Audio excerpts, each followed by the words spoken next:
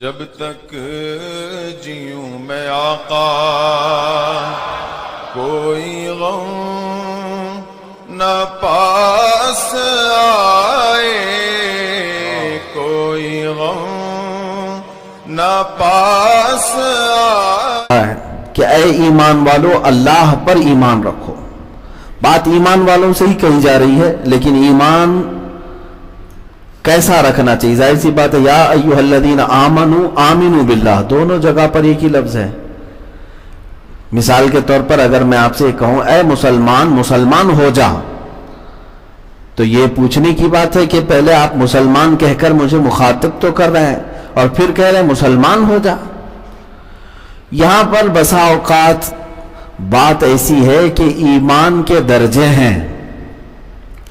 کبھی کبھار ایمان جو ہے کچھ لوگ ظاہری طور پر اظہار کرتے ہیں، لیکن حقیقت میں پورا ایمان ان کے دلوں میں آتا نہیں ہے۔ جیسے کہ قرآن پاک میں اللہ تبارک و تعالیٰ نے فرمایا قالت الاعراب آمنا ولکن قولوا اسلمنا ولما يدخل الایمان فی قلوبکم۔ کچھ دیہاتی لوگ کہتے ہیں کہ ہم ایمان لائے، بلکہ انہیں کہنا چاہیے کہ وہ کہیں ہم اسلام لائے۔ ایمان ابھی ان کے دلوں میں آیا ہی نہیں ہے۔ تو بعض مقامات پر ایمان والوں سے بھی کہا جائے گا کہ تم پورے کے پورے مومن ہو جاؤ۔ ایمان کے درجات ہیں، ایمان کی بلندیاں، اور بخاری شریف میں تو پورا ایک باب ہے ایمان گھٹتا بڑھتا ہے اس سلسلے میں، کہ ایمان جو ہے گھٹتا بھی ہے بڑھتا بھی ہے۔ اس ٹاپک پر انہوں نے پورا ایک باب رکھا ہے بخاری شریف میں۔ اب اس آیت کے شان نزول میں یہ فرمایا گیا کہ حضرت عبداللہ ابن عباس رضی اللہ تعالیٰ عنہما نے فرمایا یہ آیت جو ہے حضرت عبداللہ بن سلام اور اسد و اسید اور ثعلبہ بن قیس اور سلام و سلمہ و یامین کے حق میں نازل ہوئی۔ یہ کون لوگ تھے؟ یہاں پر چند لوگوں کا ذکر آیا۔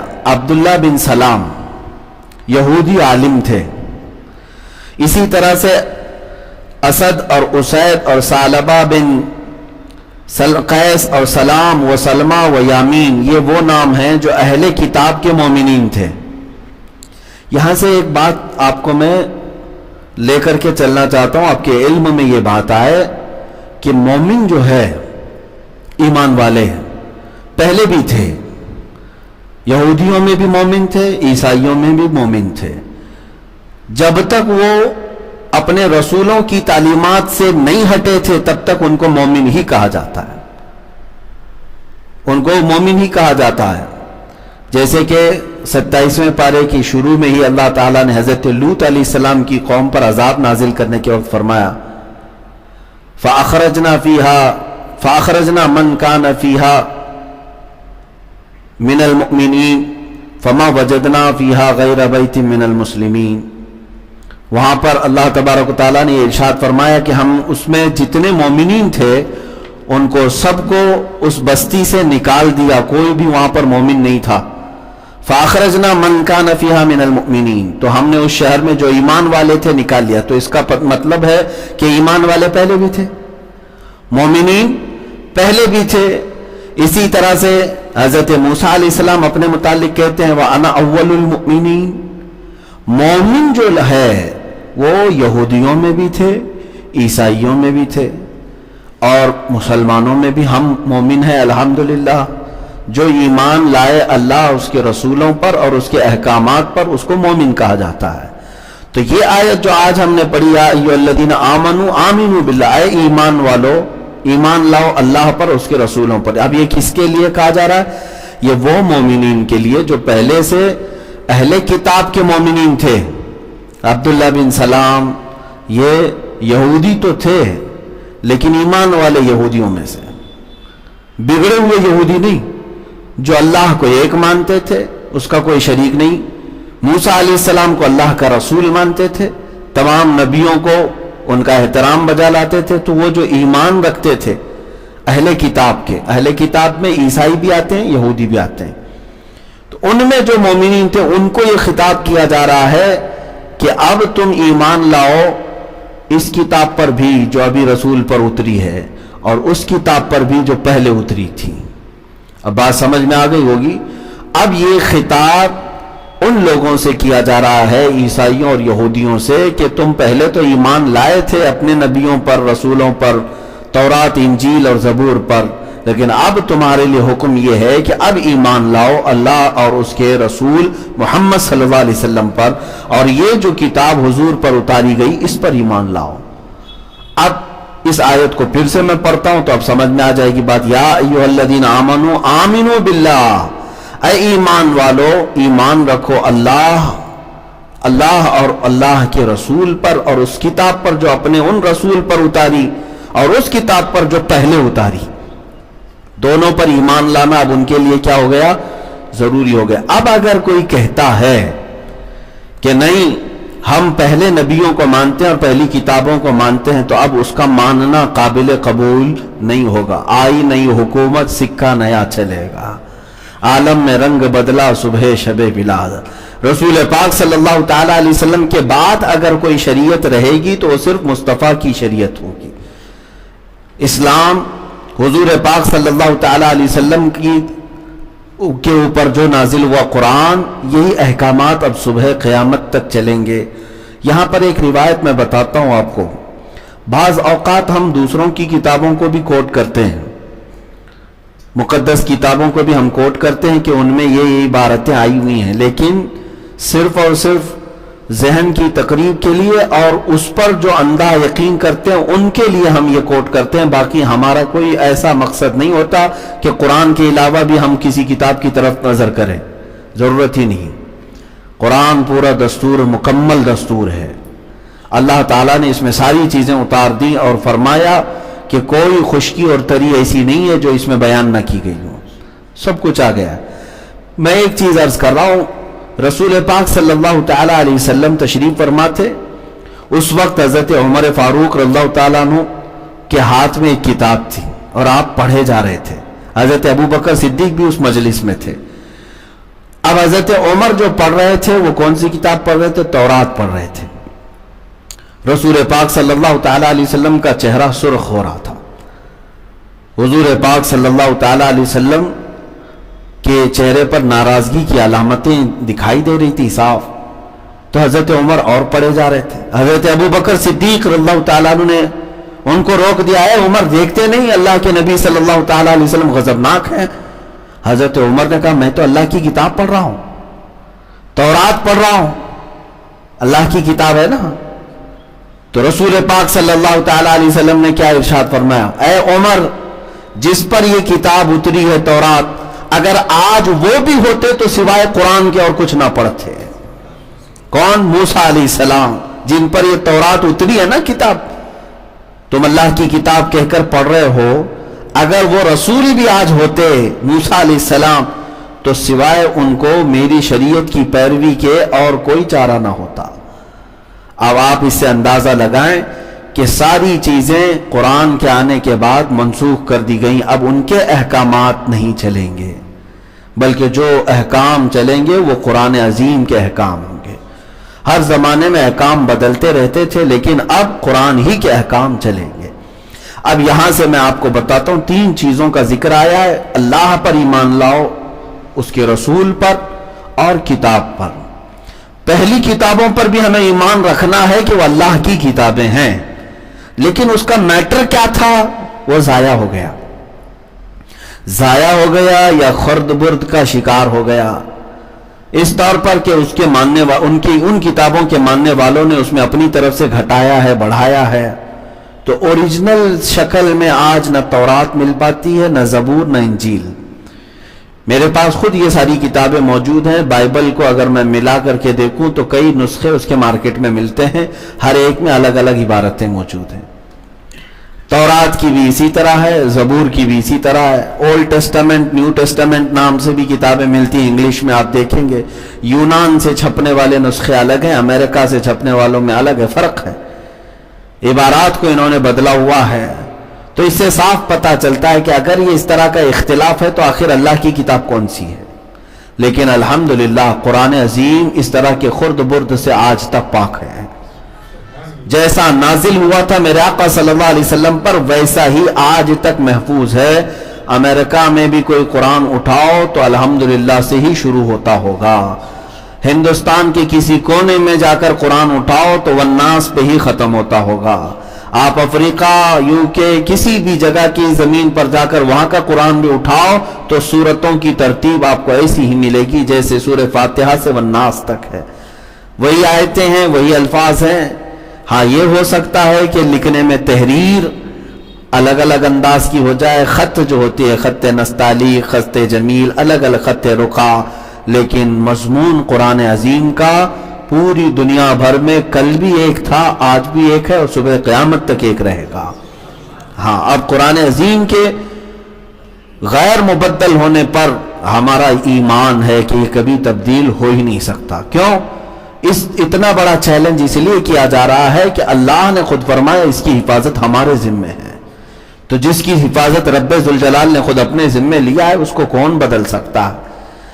اب یہاں پر جو ہمارے ملک میں جو چھچورے اٹھے ہوئے ہیں، زرخرید ٹٹو، جن کو حکومت نے پیسوں پر پال رکھا ہے، جن کے ماں باپ کا عطا پتہ نہیں ہے، وہ کسی پاکھنڈی کی گود میں بیٹھ کر کے اگر قرآن پاک کو بدلنے کی بات کرے، ڈر اور خوف کسی بات کا نہیں، اس خبیث ملعون ناپاک نطفہ پلید وسیم رافضی کی بات کر رہا ہوں، جس نے بڑے ببانگ دہل یہ اعلان کرنا چاہا کہ ہم نے قرآن سے وہ آیتیں ہٹا دی ہیں جن میں ان کو آتنک لگتا ہے۔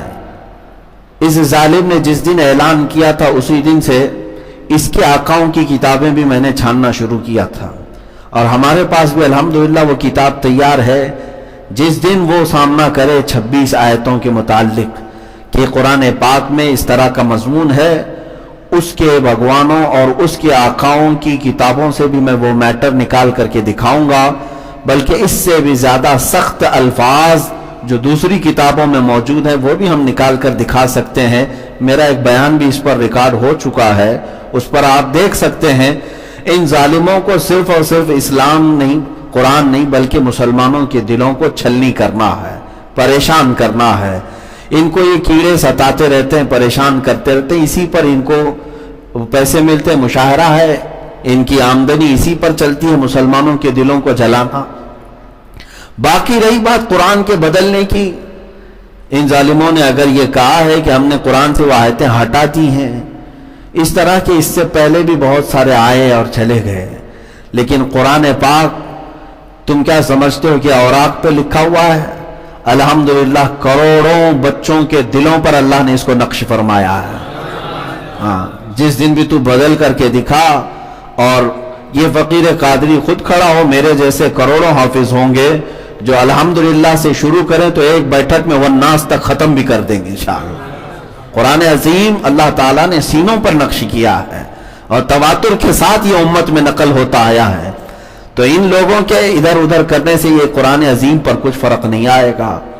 ہاں ان ذلیلوں کا انجام تو برا ہوگا، ان نطفہ ناپاک کا انجام تو برا ہوگا اور دنیا عنقریب دیکھے گی۔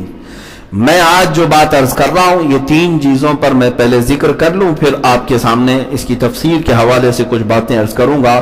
اللہ پر ایمان لاؤ، اس کے رسول پر اور اس کی کتابوں پر، یہ 3 بنیادی چیزیں ہیں اسلام میں، اللہ کی ذات پر اور اس کے رسول پر اور اس کی کتابوں پر، 3 بنیاد ایسی چیزیں ہیں۔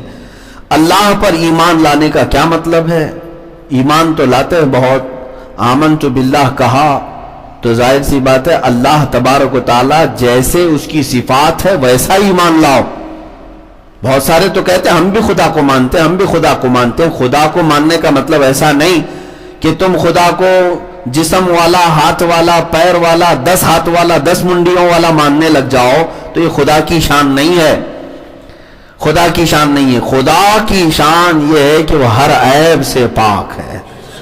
تم ایمان لاؤ تو اس خدا پر ایمان لاؤ جس کے ہاں عیب کی نسبت بھی نہیں کی جا سکتی، اور اللہ عز و جل جو حقیقی خدا ہے، پوری کائنات کا پالنہار حقیقی ہے، اس کے متعلق تمہیں یہ بھی عقیدہ رکھنا ہوگا کہ وہ ظلم، جھوٹ، دغا، غیبت، ہر طرح کی برائیوں سے پاک و صاف ہے، جسم و جسمانیت سے پاک ہے، مکان و مکانیت سے پاک ہے، اس کی شکل ہم بنا نہیں سکتے، نراکار جس کو کہا جاتا ہے، جو نظر نہیں آتا. بعض لوگ یہ کہتے ہیں کہ ایسا کیسا ہو سکتا ہے نراکار ہو. اس پر بھی بہت ساری بحثیں چھڑی ہوئی ہیں. کچھ بڑے بڑے جو گرو گھنٹال ہیں وہ بھی کہتے ہیں کہ نراکار کیسے ہو سکتا ہے، ہر چیز تو دنیا میں نظر آتی ہے. تو ان کو اگر اتنا ہی یقین ہے کہ ہر چیز نظر آتی ہے تو یہاں بیٹھ کر کے بتائیں کہ آسمانوں پر ابھی کیا کیا ہے. تمہیں ابھی یہاں پر دکھنے والی چیزوں کی حقیقت معلوم نہیں ہو سکی، گیلیکسی میں کیا کیا ہے، کتنے سٹارز ہیں.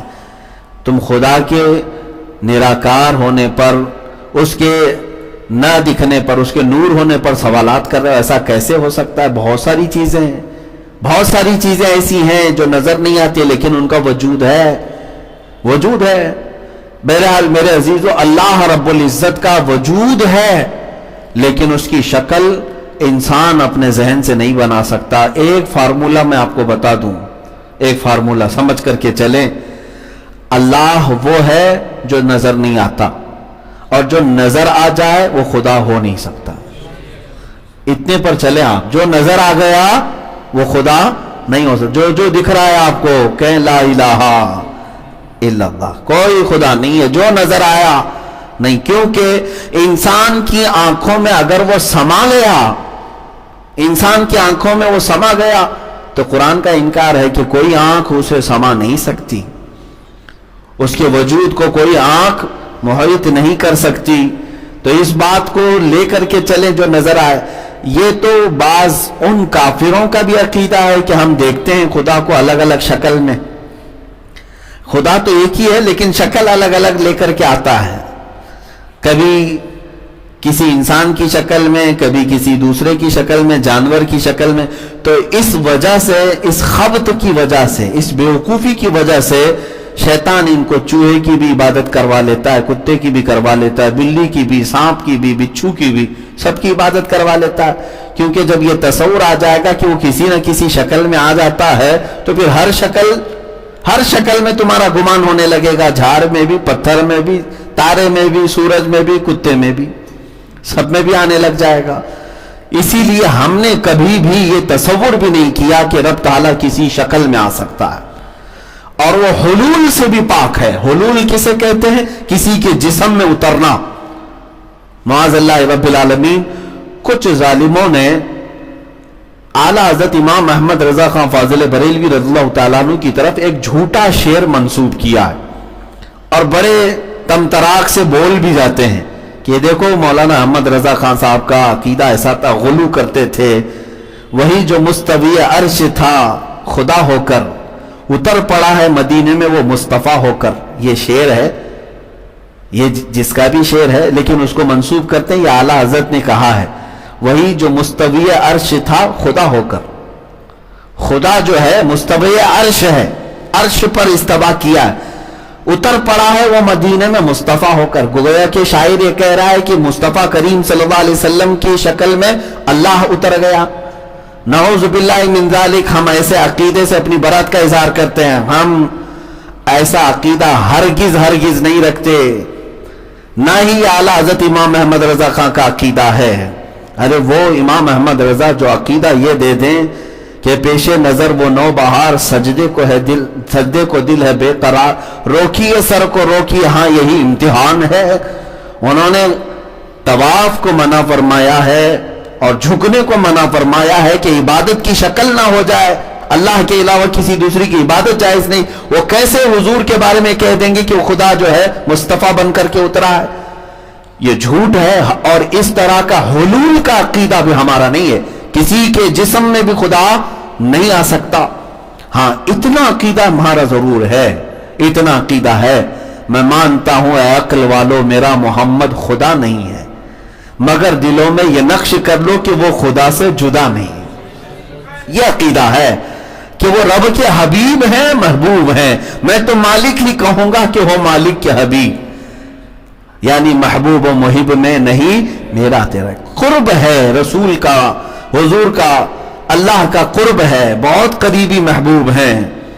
لیکن ہم کبھی یہ نہیں کہتے کہ خدا بن سکتے ہیں معاذ اللہ، یا خدا کے برابر ہو سکتے.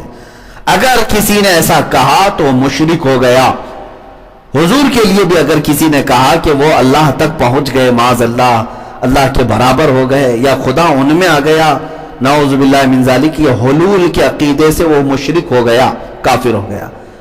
ان تمام عقائد کو مضبوطی سے ذہن میں رکھیں۔ آیت میں اللہ نے جو فرمایا، اے ایمان والو ایمان لاؤ اللہ پر۔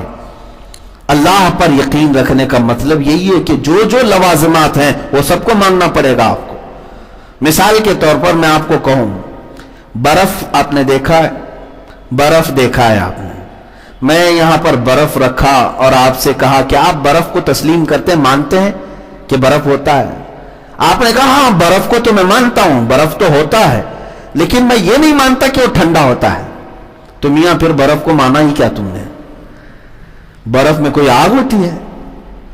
ہاں کوئی گرم ہوتا ہے 50 ڈگری کا؟ تو پھر اس کا مطلب ہے کہ تم نے برف کو مانا ہی نہیں۔ مطلب یہ ہے کہنے کا کہ جس چیز کو ماننے کے لیے جو لوازمات ہوتے ہیں، لازمی چیز، جب تک وہ نہیں مانو گے تو اس چیز کو بھی نہیں مانو گے تم۔ اللہ رب العزت کو ماننے کا تو بہت دعویٰ کرتے ہیں کہ ہاں اللہ ہے، میں مانتا ہوں، پھر اس کے ساتھ اگر کسی نے یہ لگا دیا کہ وہ جھوٹ بول سکتا ہے تو نے اللہ کو مانا ہی نہیں، تو نے خدا کو مانا ہی نہیں۔ تم نے اگر اس کے ساتھ یہ نسبت کر لیا کہ وہ ظلم بھی کرتا ہے کبھی کبھار، نعوذ باللہ من ذالک، تو تم نے خدا کو مانا ہی نہیں۔ اس کے لیے جو لازم چیز ہے خدا کے لیے، وہ ہر عیب سے پاک ہونا، ہر عیب سے وہ پاک ہے۔ یہ اگر تمہارا عقیدہ ہے تبھی تم نے اس حقیقی خدا پر ایمان لائے، ظلم سے، دغا سے، جھوٹ سے۔ اب میں آپ کو یہاں پر اگر تفصیل میں لے جاؤں تو اسی ایک ٹکڑے پر بڑی لمبی گفتگو ہو جائے گی۔ اللہ پر ایمان لانے کا دعویٰ یہودی بھی کرتے ہیں، عیسائی بھی کرتے ہیں، ہمارا بھی وہی ہے۔ تینوں کے نزدیک مشترک ہے خدا پر ایمان لانا، لیکن فرق کیا ہے میں آپ کو بتاؤں۔ یہودی بھی اللہ کو مانتے ہیں، ایک مانتے ہیں، اس کی عبادت کرتے ہیں۔ عیسائی بھی اللہ تبارک و تعالیٰ کو مانتے ہیں۔ تثلیث کا جو عقیدہ ہے، ٹرینیٹی کا، اس کو میں بعد میں بتاتا ہوں، لیکن ان کا بھی عقیدہ یہ کہ اللہ ہے، لیکن ماننے کا انداز الگ الگ ہے۔ کیسے مانتے ہیں؟ یہودی اللہ کو مانتے ہیں، لیکن کیسے کہ کبھی اسحاق علیہ السلام اور اللہ کے بیچ میں جھگڑا ہوتا ہے تو اسحاق علیہ السلام کبھی خدا کو گرا دیتے ہیں۔ یہ عقیدہ ہے۔ خدا کو ماننے کا دعویٰ تو ہے، لیکن کبھی کبھار وہ جھگڑے میں گر جاتا ہے ان کے نزدیک، ان کا خدا۔ عقیدہ یہ بھی ہے، معاذ اللہ رب العالمین، نعوذ باللہ من ذالک، انبیاء اکرام علیہ السلام کے ساتھ نسبت کرتے ہوئے اللہ تبارک و تعالیٰ کے بارے میں کہتے ہیں۔ اور پھر یہ عقیدہ بھی ہے کہ وہ دنوں میں ہفتہ بھر کام کرتا ہے اور سیٹرڈے کو چھٹی کرتا ہے، یوم السبت۔ کون؟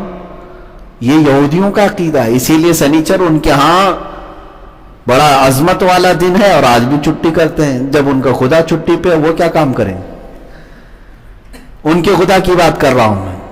ہمارے رب کی بات تو ہے لا تأخذہ سنۃ ولا نوم، نہ اسے اونگ آتی ہے نہ نیند آتی ہے۔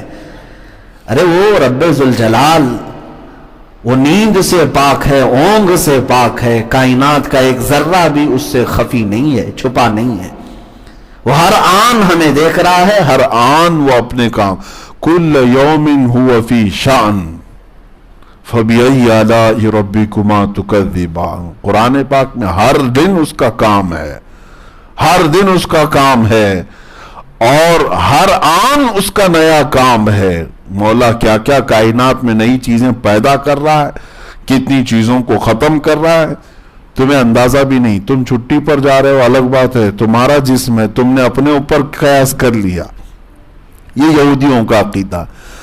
اب میں آپ کو بتا رہا ہوں، خدا کو ماننے کا دعویٰ تو ہے، لیکن کیسا خدا مان رہے ہیں؟ چھٹی کرنے والا، اسحاق علیہ السلام سے جھگڑے میں گر جانے والا، معاذ اللہ۔ اور بھی کئی ہیں، میں نے 2 مثالیں آپ کو دی۔ اب آئیے عیسائیوں کا عقیدہ ہے۔ عیسائی بھی مانتے ہیں کہ اللہ ہے، خدا ہے، عبادت بھی کرتے ہیں اس کی، لیکن اس کے ساتھ کچھ چیزیں جوڑ دیتے ہیں کہ نہیں، اس نے روح القدس کے ذریعے سے اپنا بیٹا دنیا میں پیدا کیا، عیسیٰ علیہ السلام کو وہ خدا کا بیٹا کہتے ہیں. اب جس کی رشتہ داری قائم ہو گئی ہمارے نزدیک وہ خدا ہو ہی نہیں سکتا. اللہ الصمد لم یلد ولم یولد ہمارا بنیادی عقیدہ ہے. اللہ بے نیاز ہے, اس سے کوئی پیدا نہیں ہوا اور نہ وہ کسی سے پیدا ہوا ہے. وہ کسی سے پیدا ہوا نہیں, اس کو کسی نے پیدا نہیں کیا اور نہ ہی اس سے کوئی پیدا ہوگا. وہ رشتے ناتے, بیوی, باپ, بہن, بیٹا, بیٹی, اس طرح کے رشتوں سے پاک ہے. عیسائی خدا تو مان رہے لیکن کیسے کہ اس کے ساتھ ایک بیٹا ہے, اور بعض لوگوں نے خدا کی بیوی بھی بنایا ہے, نعوذ باللہ. تو یہ تمام چیزیں جو لائے ہیں مشرکین. ہم ایمان لاتے ہیں تو ایمان مجمل آپ نے پڑھا ہے کبھی؟ آمنت باللہ کما ہوا باسمائہ ہے. آپ یوں ایمان لاتے ہیں, میں ایمان لایا اللہ پر جیسے کہ اس کے تمام اسماء حسنہ ہیں. اسماء حسنہ کیا ہے؟ میں ویسا خدا اللہ خالق ہے, میں ایمان لایا. اللہ رازق ہے, میں ایمان لایا. اللہ جبار ہے, میں ایمان لایا. اللہ رزاق ہے, میں ایمان لایا. اللہ ستار ہے, میں ایمان لایا. اس کے جو صفات ہیں اس طرح سے خدا کو ماننا, یہ حقیقی ایمان ہے. یہ نہیں کہ دماغ سے گڑ لیا خدا ایسا ہوگا خدا ویسا ہوگا. جیسے ہمارے علاقے کے بہت سارے کفار و مشرکین بگڑ گئے, انہوں نے اپنے اپنے دماغوں سے خدا بنا لیا ہے, اپنے اپنے علاقوں سے. حضور پاک صلی اللہ تعالی علیہ وسلم کے زمانے میں ایک صحابی ہیں, وہ حضور کی بارگاہ میں عرض کرتے ہیں کہ یا رسول اللہ صلی اللہ علیہ وسلم, اللہ نے آپ کی بدولت ہمیں ایمان سے مشرف فرمایا. میں اپنے زمانے جاہلیت کے 2 واقعے یاد ہیں, ان میں سے ایک واقعہ یاد کرتا ہوں تو رونا آتا ہے اور ایک واقعہ یاد کرتا ہوں تو ہنسی آتی ہے. حضور پاک صلی اللہ علیہ وسلم نے فرمایا وہ کیا ہے؟ اس صحابی نے کہا زمانے جاہلیت میں ہم بیٹی کے پیدا ہونے کو عیب سمجھتے تھے, تو جب بیٹی پیدا ہوتی تو ہم لے جا کر کے اس کو زندہ دفن کر دیتے. تو ایک صاحب نے کہا کہ ان کی 5 بیٹیاں دفن کر دی گئیں. ہر بار بیٹی ہوتی تھی, مار کر کے قبر کھود کر دفن کر دیا جاتا. آج میں وہ یاد کرتا ہوں تو بہت غم ہوتا ہے, رونا آتا ہے کہ جاہلیت کے زمانے میں اپنی ہی اولاد کو مار ڈالا. کیسا کٹھور دل تھا, ختم کر دیتے تھے. ایمان کی بدولت آپ کی برکت سے اب ہمیں اولاد کا درد محسوس ہوتا ہے, ان کی محبت آ گئی. تو صحابی کہتے وہ غم ہوتا ہے اور رونا آتا ہے. تو پھر پوچھا ہنسی کس بات پر آتی ہے؟ انہوں نے کہا بتاؤں کہ ہمارا حال تو یہ تھا زمانے جاہلیت میں, ہم تو جب سفر پر جاتے تھے تو جس خدا کی ہم عبادت کرتے تھے آٹے کی مورتیاں بنا لیتے تھے. سفر میں جانا ہے تو کیونکہ ہر گھڑی ہم کو پوجا کرنی ہوتی تھی, عبادت کرنی ہوتی. جب گھر پر رہتے تھے تو پورے پتھر کے تھے, وہاں عبادت کر لیتے. سفر میں جانے کے اور آٹے کے کرتے تھے, اور آٹے کے خدا بنا کر سفر میں لے کر چلتے رہتے تھے. بیچ راستے میں کبھی بھوک لگی تو کبھی اس کا ہاتھ توڑ کے کھا لیتے تھے, کبھی پیر توڑ کے کھا لیتے تھے, اور زیادہ شیرنی وغیرہ سب ملا کر کے اس کا سر بنایا جاتا تھا تو سر توڑ کے کھا لیتے تھے. آج مجھے وہ بات یاد کر کے ہنسی آتی ہے کہ ہم اپنے ہی خدا کو توڑ کے کھاتے تھے اور ہمارا خدا کچھ بھی نہیں بولتا تھا. بات تو صحیح ہے وہ صحابی کی. میرے عزیزوں, جس کی عبادت کر رہے ہو اس کو توڑ رہے ہو, کھا رہے ہو. اس سے آپ اندازہ کریں عقل کا استعمال کرنے والا خدا, اور جس کی عبادت میں کر رہا ہوں, جس کے سامنے جھک رہا ہوں, اس کے بارے میں اتنا تو احساس رکھے گا کہ وہ مجھ سے طاقتور رہے, مجھ سے زیادہ وہ طاقتور ہونی چاہیے. الحمدللہ یہ ہمارے لیے اعزاز ہے.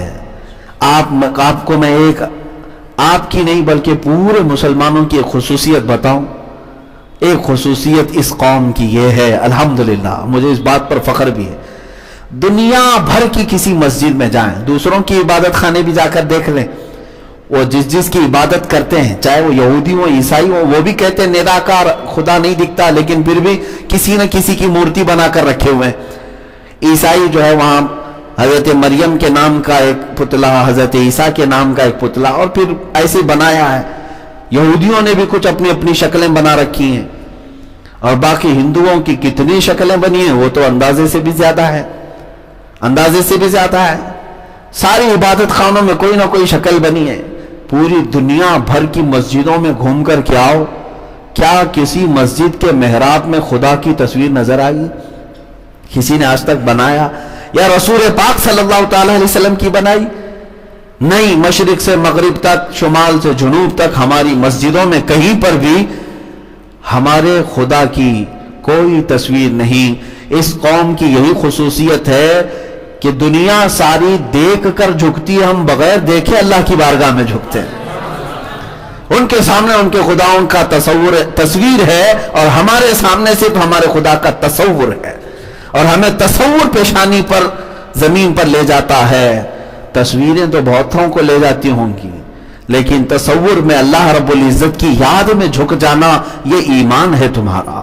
اور اسی کی تعریف میں اللہ نے فرمایا یؤمنون بالغیب. ہاں, سورہ بقرہ کی شروعات ہی ہوتی ہے ھدی للمتقین الذین یؤمنون بالغیب. یہ وہ کتاب ہے جس میں کوئی شک نہیں, یہ ہدایت ہے ان لوگوں کے لیے جو پرہیزگار ہیں اور بغیر دیکھے اللہ کو مانتے ہیں, بغیر دیکھے اللہ کو مانتے ہیں. عزیزان گرامی اوقات, میں اسی لفظ پر تشریح کر رہا تھا, آمنو باللہ, ایمان لاؤ. کس پر؟ اللہ پر. کیسے ایمان لاؤ گے؟ ان کی طرح سے نہیں جو اپنے اپنے ذہنوں سے بنا لیا خدا ایسا ہے, خدا ویسا ہے. خدا کو اس کی حقیقت کے اعتبار سے جیسے اس کی صفات ہے ویسے تسلیم کرو, تبھی تمہارا ایمان ہے.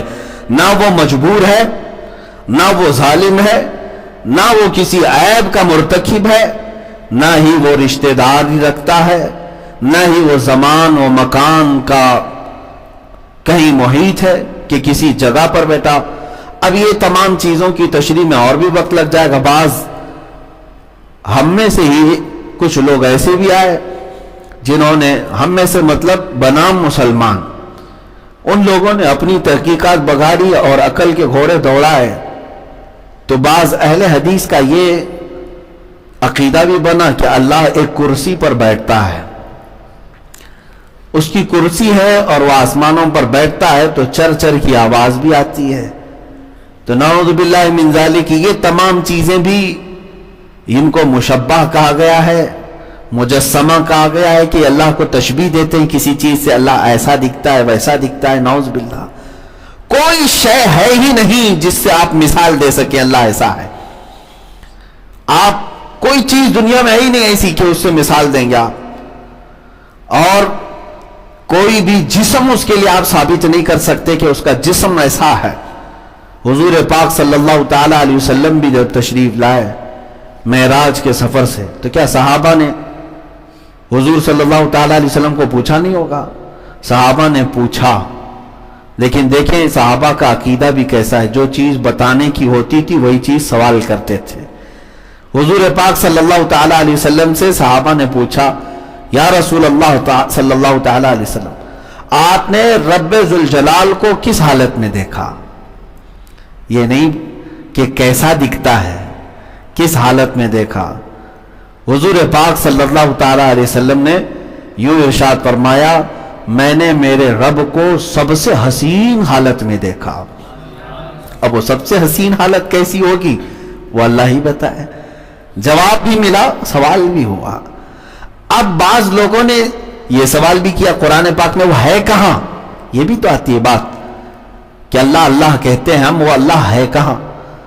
تو دوسرے پاری کی آیت ہے, وَإِذَا سَأَلَكَ عِبَادِي عَنِّي, اے رسول جب یہ آپ سے میرے بارے میں پوچھیں کہ ہمارا رب کہاں ہے, تو آپ جواب دیں فَإِنِّي قریب, میں بہت قریب ہوں. قریب کا مطلب کیا ہے یہ اب اللہ اس کے رسول ہی تشریح کریں. اس کا مطلب یہ نہیں ہوا کہ یا ہاتھ کے قریب ہے, پیر کے قریب ہے, سر کے قریب ہے, یہاں کے قریب ہے, لیکن اللہ نے اتنا فرمایا قریب ہے.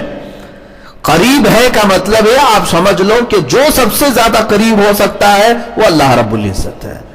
اچھا, ایک لفظ ہے قریب, عربی میں کیسا ہے جیسے زیادہ ہے, زیادہ اور اس سے بھی زیادہ بولنا ہے تو افعالو کا صیغہ استعمال کیا جاتا ہے. جیسے کثیر ہے اور اس زیادہ بولنا ہے تو اکثر بولا جاتا ہے. بات سمجھ میں آ رہی؟ کثیر ہے اس کا زیادہ کرنا ہے اور زیادہ کرنا ہے تو کیا کریں گے؟ اکثر. تو اب اللہ تعالیٰ نے ایک جگہ فرمایا قریب ہے، میں قریب ہوں آپ کے، فرما دے، اور ایک دوسری جگہ رب تعالیٰ فرماتا ہے نحن اقرب الیہ من حبل الورید۔ اقرب ایک ہے قریب اور ایک اقرب، بہت زیادہ قریب ہو تو اس کو اقرب کہیں گے۔ رب تعالیٰ فرماتا ہے میں تو تمہاری شہرگ سے زیادہ قریب ہوں۔ شہرگ جو انسان کی اگر وہ ایک آن کے لیے رک جائے تو انسان کی زندگی ختم ہے، وہ جتنی قریب ہے تم سے، اللہ فرماتا ہے میں اس سے زیادہ تم سے قریب ہوں۔ اب اس سے زیادہ قریب ہے تو اب وہ کہاں ہے یہ سب پوچھنے کی ضرورت نہیں ہے، بلکہ اتنا ہے کہ وہ بہت قریب ہے۔ اللہ قریب ہے، جسم و جسمانیت اور مکان و مکانیت سے پاک ہے۔ جو لوگ یوں کہتے ہیں اوپر والا جیسا چاہے گا، وہ کیا صرف اوپر والا ہے؟ اس طرح کے الفاظ استعمال نہ کیا جائے۔ اللہ کو صرف اوپر والا کہنا، اللہ تو زمینوں کا بھی مالک ہے، آسمانوں کا بھی مالک ہے، وہ ہر شے کا مالک ہے، اس کے لیے اس طرح کا لفظ استعمال نہیں کرنا چاہیے۔ بعض لوگ اس کو میاں کا لفظ استعمال کرتے ہیں، اس کو بھی منع کیا گیا ہے۔ اللہ تعالیٰ کے لیے وہ الفاظ استعمال کیے جائیں جو اس کی بزرگی کو زیب دیتے ہوں۔ اللہ تعالیٰ ہے، اللہ پاک ہے، اللہ عز و جل ہے، یہ تمام الفاظ ہیں۔ بزرگ و برتر خدا، نہایت پاک مولا، یہ تمام الفاظ کے ساتھ اسے پکارا جائے۔ اب اللہ تبارک و تعالیٰ پر ایمان لانے کا مطلب یہی ہے میرے عزیزو کہ جیسے اس کی 99 صفات ہیں، آپ پڑھ کر کے دیکھ لینا کبھی اس کی صفات میں کیا کیا ہے۔ اگر میں وہ بیان کروں تو طویل بات ہو جائے گی۔ اکثر قرآن پاک کے شروع میں صفات بھی لکھی جاتی تھی،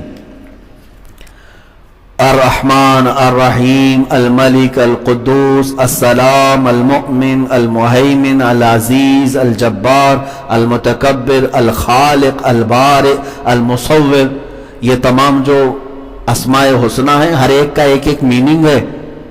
رحمان رحم کرنے والا، مالک تمام چیزوں کا کی ملکیت رکھنے والا، خالق پیدا کرنے والا، رازق رزق دینے والا، سمیع سننے والا، بصیر دیکھنے والا، حکیم حکمت والا، عدل انصاف کرنے والا، معز عزت والا، مذل ذلت دینے والا، عزت دینے والا، ذلت دینے والا۔ یہ تمام صفات کا وہی مالک ہے۔ اس اللہ کے بارے میں یہی عقیدہ رکھنا ہوگا آپ کو۔ اب بات سمجھ میں آ گئی؟ یہودیوں جیسا نام تسلیم کریں، عیسائیوں جیسا نہ مانیں، اور نہ ہی دوسرے ہندوؤں جیسا کہ وہ اپنے خدا کے لیے کیا کیا مانتے ہیں۔ نعوذ باللہ من ذالک۔ بعض قومیں ایسی بھی ہیں جنہوں نے اپنے خدا کے لیے جو عقائد رکھے نا، وہ میں بتاؤں تو اپنے خاندان کے لیے بھی آپ برداشت نہیں کریں گے۔ ہاں کتابوں میں موجود ہے کہ کبھی کبھار، میں اپنی بات نہیں کر رہا ہوں، ان قوموں پر مجھے افسوس ہوتا ہے جو خدا بھی کہتے ہیں، اس کی عبادت بھی کرتے ہیں، اور کہتے ہیں کبھی اس کو فلاں عورت پر پیار آیا تو وہ نیچے اتر آیا اور اس کو بھگا کر لے گیا۔ نعوذ باللہ من ذالک۔ خدا کے بارے میں تم یہ یقین رکھتے ہو؟ وہ کیسا خدا ہے؟ خدا وہ ہو ہی نہیں سکتا۔ یہی تو ابراہیم علیہ الصلوۃ والتسلیم کا مناظرہ ہوا تھا نا۔ بتوں کی پوجا کرنے والے پورے گاؤں میں تھے، آپ نے بتوں کو ختم کیا، تو پھر آپ کو بلا کر کے طلب کیا گیا یہ سب کس نے کیا؟ تو ابراہیم علیہ السلام نے کیا کہا؟ ان کے بڑے نے کیا ہے۔ وہ اپنی جانب مراد لے رہے تھے اور ایک بڑے بت کو چھوڑا ہوا تھا۔ تو آپ نے فرمایا کہ لوگوں نے کہا ان کے بڑے نے مطلب ان کا جو بڑا خدا ہے، اس نے سارے چھوٹوں کو مار ڈالا کہ میں اکیلا ہی ابراج کروں گا۔ تو ابراہیم علیہ السلام نے کہا کہ اس سے ہی کیوں نہیں پوچھ لیتے؟ ایک تو موجود ہے نا، باقی سب کٹے پٹے ہیں، ایک تو موجود ہے، ایک بڑا ابھی بھی بچا ہوا ہے، اس سے پوچھ لو، باقی تمہارے چھوٹے گنڈوں کو کس نے مارا ہے؟ تو ابراہیم علیہ السلام کی اس بات پر وہ آگ بگولا ہو گئے، کہنے لگے کیا ہم اس سے بات کریں گے؟ وہ بولے گا، وہ کیسے بتائے گا؟ تب ابراہیم علیہ السلام نے کیا کہا؟ اف لکم، افسوس ہے تم پر، تم ایسے کی عبادت کرتے ہو جو تم کو کچھ نفع بھی نہیں دے سکتا، نقصان بھی نہیں دے سکتا۔ کیسی عبادت کرتے ہو تم؟ ہاں ہم جس خدا کی عبادت کرتے ہیں وہ زندگی بھی دیتا ہے اور موت بھی دیتا ہے۔ ہاں میں معذور ہوں تو مجھے صحت بھی وہی دیتا ہے، میں اگر بھوکا ہوں تو مجھے رزق بھی وہی دیتا ہے، ننگا ہوں تو لباس بھی وہی دیتا ہے، میں اس کی زمین پر چلوں تو میری ہواؤں کا انتظام بھی وہی کرتا ہے۔ میں نے اس خدا کو سب سے برتر و بالا مانا ہے، اور الحمدللہ مسلمانوں اپنی قسمت پر قربان جاؤ کہ جس دن تم دنیا میں آئے تھے نا، اس دن پہلے ہی تمہارے کان میں کہا تھا اللہ اکبر، اللہ سب سے بڑا ہے۔ جس نے بھی تمہارے کان میں اذان دی ہوگی، سب سے پہلا جملہ تم کو یہی کہا گیا ہے، اللہ سب سے بڑا ہے، اللہ سب سے بڑا ہے۔ اور جب تم مرو گے تب بھی تمہاری میت پر امام کیا کہے گا؟ اللہ اکبر۔ آئے تھے اس کو ہی بڑا کہتے ہوئے، گئے بھی ہیں تو اس کو ہی بڑا کہتے ہوئے۔ ہم دنیا میں کسی اور بڑے کو نہیں مانتے، میرا اللہ ہی بڑا ہے، میرے پیدائش کے دن بھی اور میری موت کے دن بھی۔ تو یہ زندگیوں میں کسی اڑے بڑے کی بات کیوں؟ پھر ادھر ادھر کا خوف کیوں؟ کسی اور کے سامنے پیشانی کیوں جھکے؟ جب تم دنیا میں آئے تھے اللہ اکبر کہتے ہوئے جانا بھی ہے، اللہ اکبر کہتے ہوئے، تو انشاءاللہ العزیز اس بات پر اگر تم اڑے رہو گے تو پھر بہت سارے بڑے بڑے آپ کے سامنے گڑے ہوئے ہوں گے انشاءاللہ العزیز۔ کیوں؟ اللہ تبارک و تعالیٰ کو جس نے اعلیٰ اکبر کہا اس کے متعلق ہے لا خوف علیہم ولا ہم یحزنون۔ اب ان پر دنیا کا کوئی خوف نہیں ہوگا اور آخرت میں ان کو کوئی غم بھی نہیں ہوگا۔ اس بات کو لے کر چلے، اللہ پر ایمان لانا ہے۔ اور کیسے؟ وہ اللہ سب سے بڑا ہے۔ توحید پر بھی کبھی بات کرو، اللہ کی وحدانیت پر، وہ اکیلا ہے، وہ یکتا ہے۔ ہاں اس بارے میں آپ سب کو پتا ہے وہ اکیلا ہے، کوئی دوسرا اس کے ساتھ شریک نہیں ہو سکتا۔ ہمارا عقیدہ ہے لو کان فیہما آلہۃ الا اللہ لفسدتا، اگر کائنات میں ایک سے زیادہ خدا ہوتے تو فساد ہو جاتا۔ فساد اگر میں ایک بار اس آیت پر تشریح کر رہا تھا، ایک صاحب نے بڑی دور کی کوڑی لائی اور ہم سے کہا حضرت ابھی بھی تو فساد ہو رہا ہے، فساد تو ہو رہا ہے۔ آپ کہہ رہے ہیں اگر ایک سے زیادہ خدا ہوتا تو زمین میں فساد ہوتا، ابھی فساد ہو رہا ہے، اس کا مطلب ایک سے زیادہ خدا ہے۔ میں نے کہا میرے عزیز تو فساد کا مطلب نہیں سمجھا۔ فساد یہاں پر وہ نہیں ہے جو یہ ریلی میں گھوم گھوم کر فساد کر رہے ہیں، ایک دوسرے کو مار رہے ہیں، یہ فساد مراد نہیں ہے۔ فساد سے مطلب یہ ہے کہ ایک خدا بولے گا میں سورج ادھر سے نکالوں گا، دوسرا کہے گا ادھر سے نکالوں گا، ایک سورج کو دونوں پکڑ کر کھینچیں گے، کیا ہوگا؟ یہ فساد ہے، یہ فساد ہے۔ ایک خدا کہے گا میں ابھی آج بارش برساؤں گا، دوسرا کہے گا نہیں میں دھوپ ڈالوں گا، اور تیسرا کوئی اگر ہوگا تو کہا نہیں ٹھنڈی لاؤں گا۔ تب تو سارے تینوں کے فیصلوں پہ یا کیا ہوگا؟ فساد ہوگا۔ یہ فساد مراد ہے۔ ایک خدا کہے اگر ایک سے زیادہ ہو کہ میں چاند کو ابھی چلاؤں گا، دوسرا کہے نہیں میں سورج کو ساتھ میں چلاؤں گا، تیسرا کہے نہیں میں ستارے بھی ساتھ میں لاؤں گا، کیا ہوگا؟ نظام میں فساد ہوگا۔ اور کوئی خدا کہے گا میں اس کو ابھی نہیں مارتا، اس کو ابھی موت نہیں دوں گا، دوسرا کہتا ہے نہیں اس کو ابھی مرنا چاہیے، اب کیا ہوگا؟ فساد ہوگا۔ فرشتہ کس کی تعمیل کرے گا؟ ایک نمبر والے کی کہ دو نمبر والے کی؟ اب اگر ایک نمبر والے کی بات مان لیا فرشتہ تو دو نمبر کا عاجز ہو گیا، اور جو عاجز ہوتا ہے وہ خدا نہیں ہو سکتا۔ یہ فلسفے کے اعتبار سے تفسیر میں سمجھایا بھی گیا ہے، صدر الافاضل رحمۃ اللہ علیہ نے بڑی لمبی بحث اس پر فرمائی۔ ایک سے زیادہ اگر خدا ہو تو کیا چیز لازم آئے گی؟ ایک کی اگر بات مان لی جائے گی تو دوسرا عاجز ہو جائے گا، اس کی نہیں مانی گئی تو، اور عاجز جو ہو گیا وہ خدا نہیں ہو سکتا، اور دونوں کی مان لی جائے تو فساد ہو جائے گا، اور یہ ممکن نہیں ہے۔ اس لیے ماننا پڑے گا خدا ایک ہی ہو سکتا ہے، نظام ایک ہی سے چلے گا۔ اور اسی وجہ سے آج تک کائنات کے نظام میں کبھی کوئی فساد نہیں آیا۔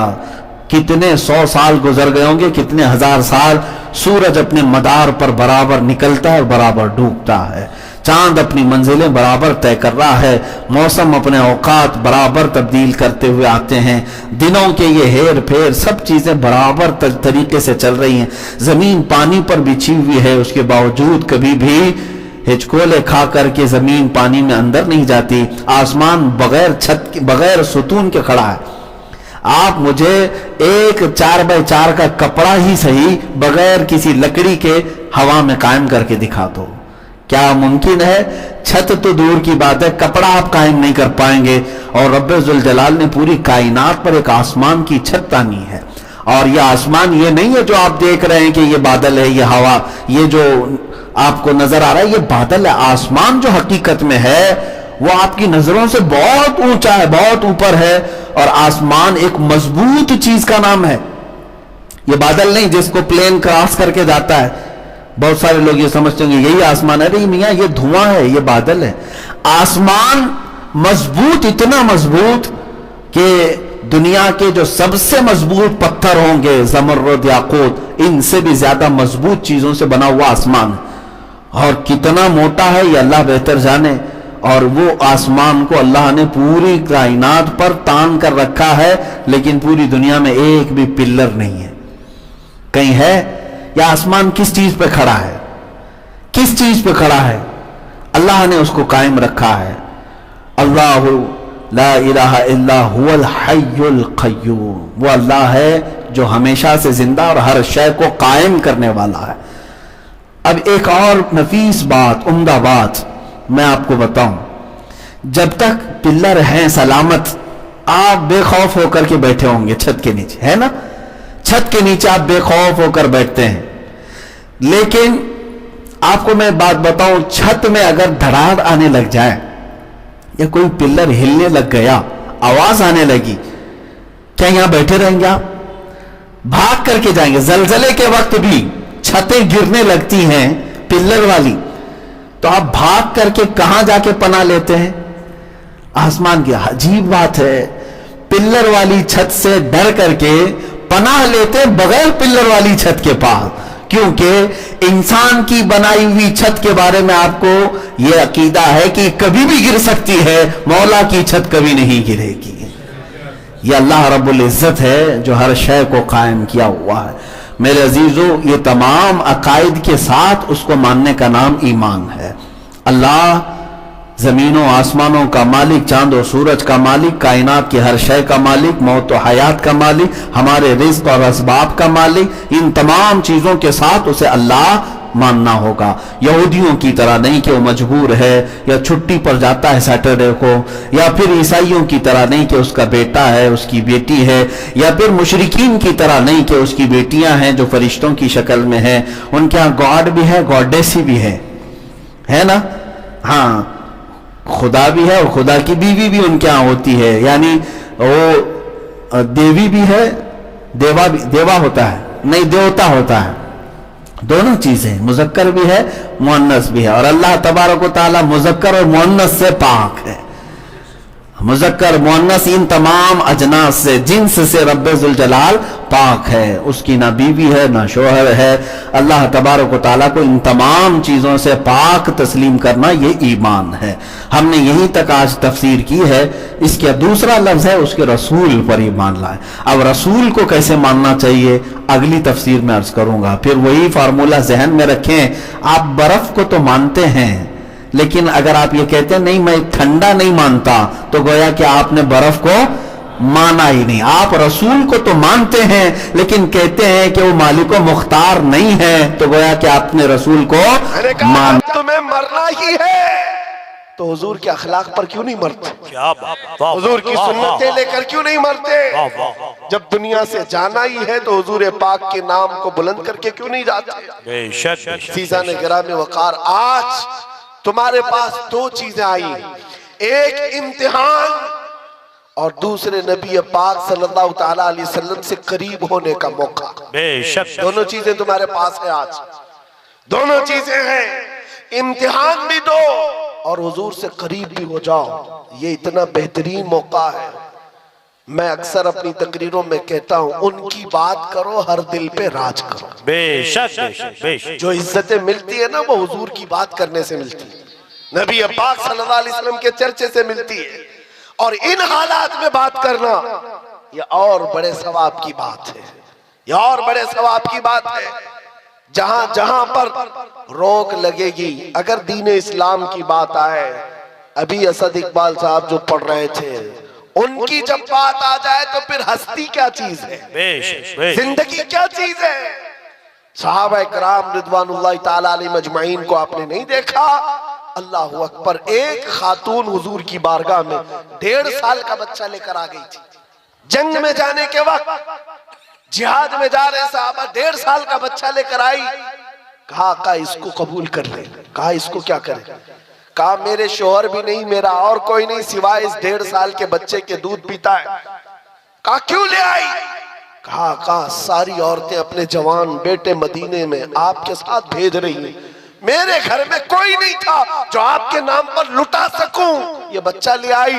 مجھے پتا ہے یہ تیر تلوار تو نہیں چلا سکتا، آقا آپ اپنے مجاہد صحابہ کے ہاتھ میں دے دیں، جب دشمنوں کی طرف سے تیر چلے میرا بچہ ڈھال کے کام تو آ سکتا ہے۔ اللہ اکبر، اللہ۔ یہ نثار ہونے کا جذبہ کہیں دیکھا ہے؟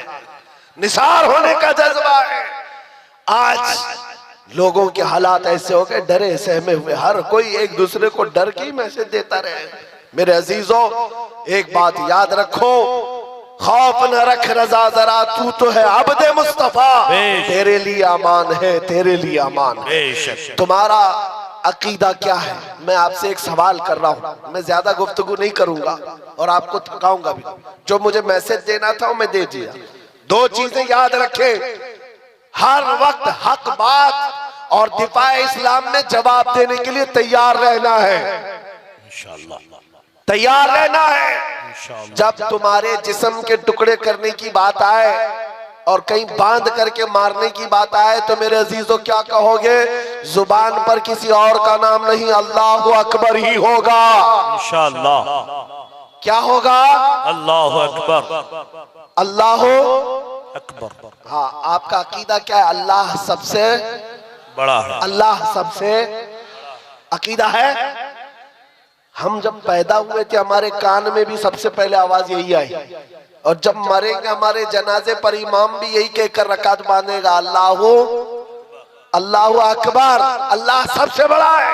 مسلمان کی زندگی پوری پیدائش سے لے کر موت تک اس بات میں ہے، اللہ کے علاوہ یہ کسی کو بڑا نہیں مانتے، یہ جھکتے ہیں صرف اس کے نام پر۔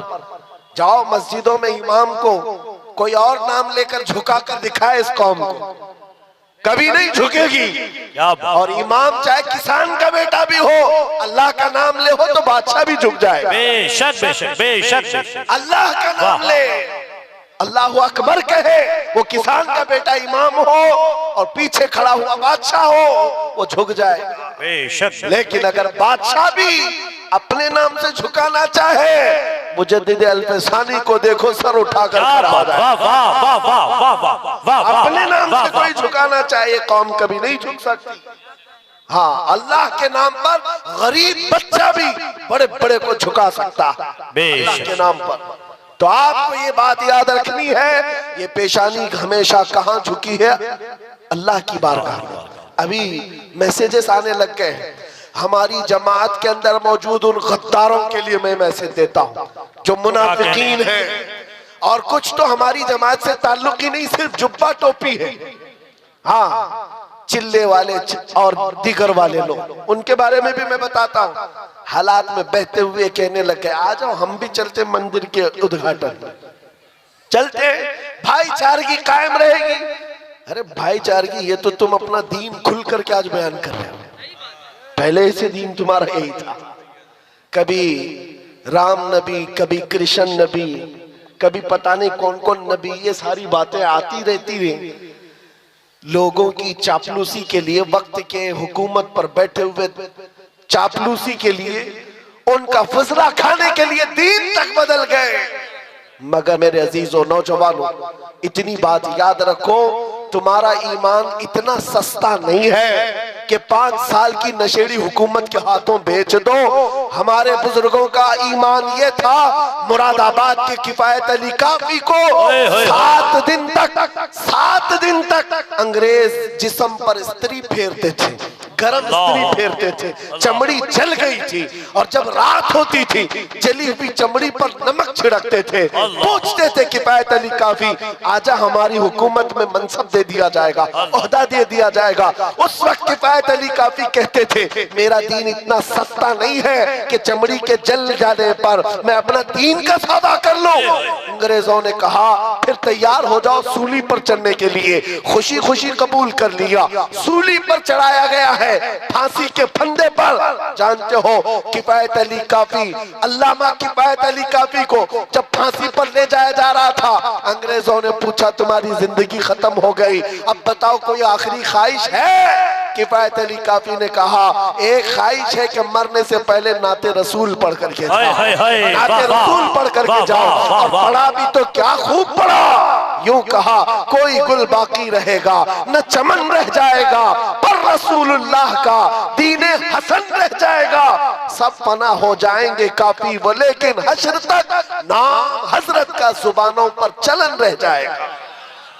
یہ ہمارے آبا و اجداد ہمارے بزرگوں کا دین ہے جو چمڑی چھل جانے پر بھی میرے عزیزو دین کا سودا نہیں کرتے تھے۔ اور یہ تو 5 سال 10 سال کی بات ہے نا، اکبر بادشاہ کی حکومت پتہ ہے آپ کو 40 سال سے زیادہ چلی۔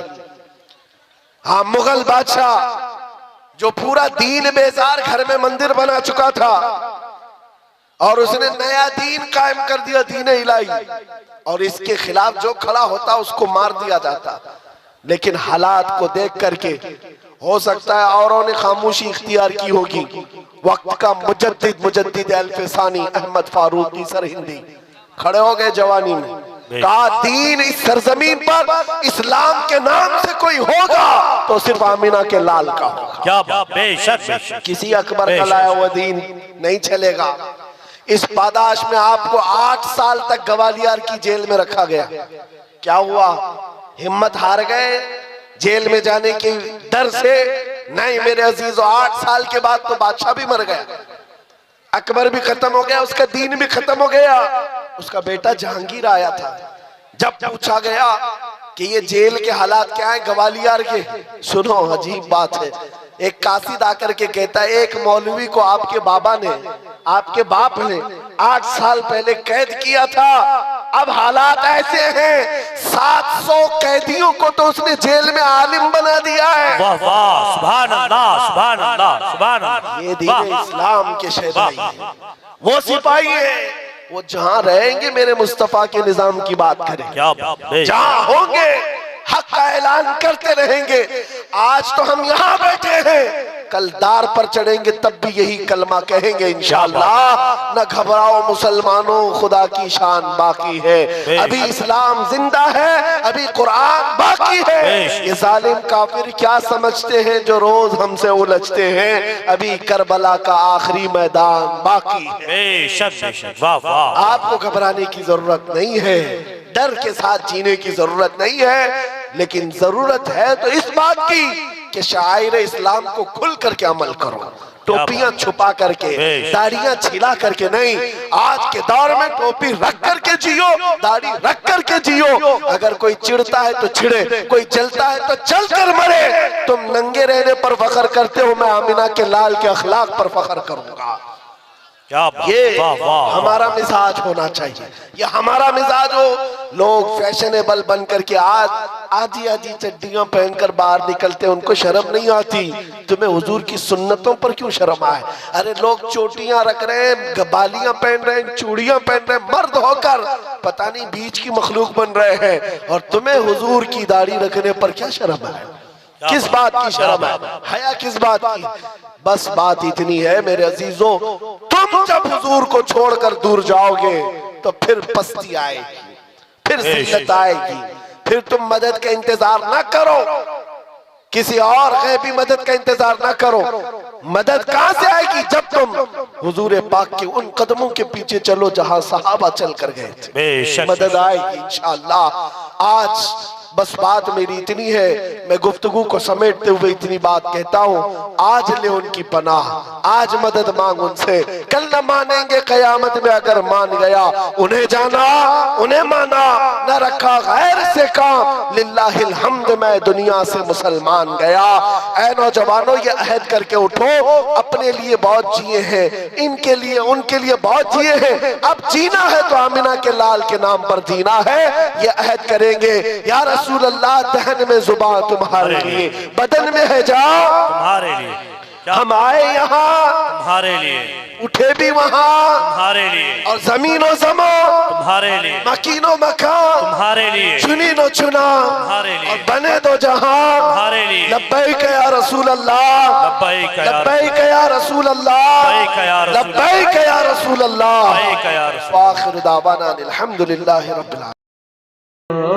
مصطفیٰ جان رحمت تیرا لاکھوں سلام، مصطفیٰ جان رحمت تیرا لاکھوں سلام، شمع فضل میں ہدایت لاکھوں سلام، شمع فضل میں ہدایت لاکھوں سلام، نور افشا ہوا جب وہ افتحا کا چاند، دیکھ لے آئے سب جو زیبا کا چاند، نور افشا ہوا جب وہ افتحا کا چاند، دیکھ لے آئے سب جو زیبا کا چاند، آسماں پر پڑا ماند دنیا کا چاند، آسماں پر پڑا ماند دنیا کا چاند، جے سہانی گھڑی چمکا طیبہ کا چاند، جے سہانی گھڑی چمکا طیبہ کا چاند، اس دل افروز ساغت لاکھوں سلام، مصطفیٰ جان رحمت تیرا لاکھوں سلام، مصطفیٰ جان رحمت تیرا لاکھوں سلام، شمع فضل میں ہدایت لاکھوں سلام، شمع فضل میں ہدایت لاکھوں سلام، جن کی ماں فاطمہ اور نانا رسول، جن کی ماں فاطمہ اور نانا رسول، مرحبا مرحبا ابو آل رسول، مرحبا مرحبا ابو آل رسول، کتنی پاکیزہ ہے ان کے قدموں کی دھول، کتنی پاکیزہ ہے ان کے قدموں کی دھول، کتنے مہکے ہوئے ہیں مدینے کے پھول، کتنے مہکے ہوئے ہیں مدینے کے پھول، کربلا تیری قسمت پہ لاکھوں سلام،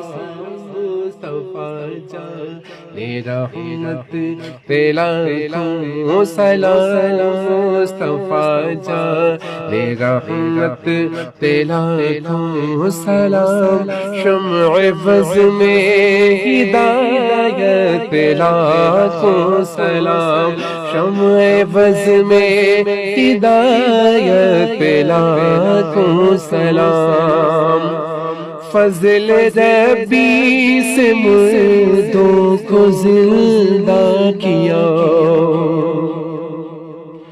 فضل ربی سے مردوں کو زندہ کیا، ایک عجوبہ زمانے کو دکھلا دیا، ایک عجوبہ زمانے کو دکھلا دیا، آج بھی لوگ کہتے ہیں صدمہ ہوا، آج بھی لوگ کہتے ہیں صدمہ ہوا، غوث اعظم امام تو بنو کا غوث اعظم امام تو بنو کا جلوہ شان قدرت لاکھوں سلام مصطفیٰ جان رحمت تیرا لاکھوں سلام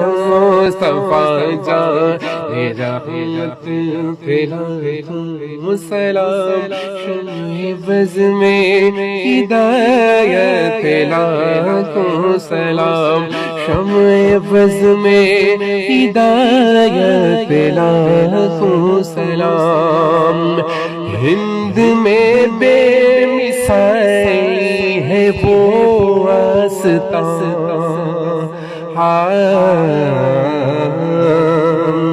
ہند میں بے مثال ہے وہ آستان فیض پاتا ہے جس در سے سارا جہاں ہند میں بے مثال ہے وہ آستان فیض پاتا ہے جس در سے سارا جہاں فیض پاتا ہے جس در سے سارا جہاں جا کے اجمیر دیکھو ہے کیسا سما خواجہ خواجگاں ہند کے بادشاہ خواجہ خواجگاں ہند کے بادشاہ خواجہ دین و ملت لاکھوں سلام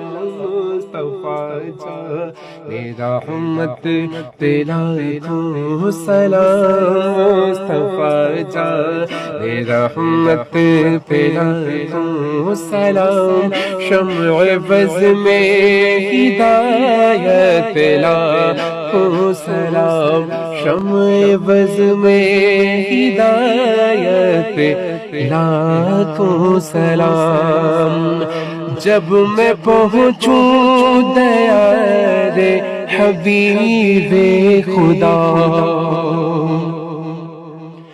جب میں پہنچوں دیار حبیب خدا ساتھ ہم سب بھی ہوں اور احمد رضا جب میں پہنچوں دیار حبیب خدا ساتھ ہم سب بھی ہوں اور احمد رضا ساتھ ہم سب بھی ہوں احمد رضا تھام کر جالیا اور پڑھے برملا مجھ سے خدمت کہ قدسی کہیں ہاں رسا مجھ سے خدمت کہ قدسی کہیں ہاں رسا مصطفیٰ جان رحمت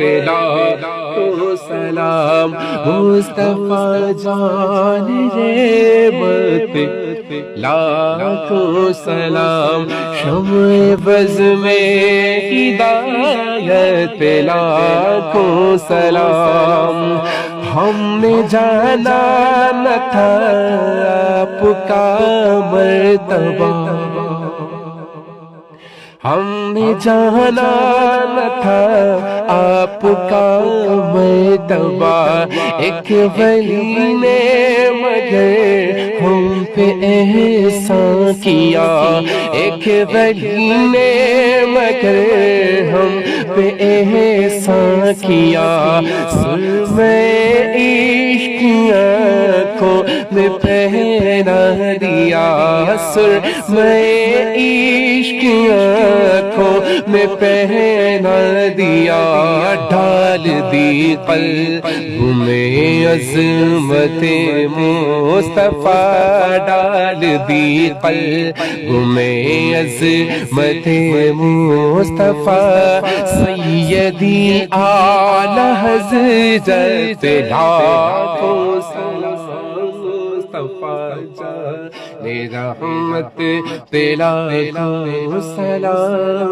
مصطفیٰ جان رحمت تیرا کو سلام شمع فض میں ہدایت تیرا کو سلام مصطفیٰ جان رحمت تیرا کو سلام مصطفیٰ جان رحمت تیرا کو سلام شمع بز میں ہدایت تیرا کو سلام شمع بز میں ہدایت تیرا کو سلام درد دل نام لینے سے ہوتا ہے کم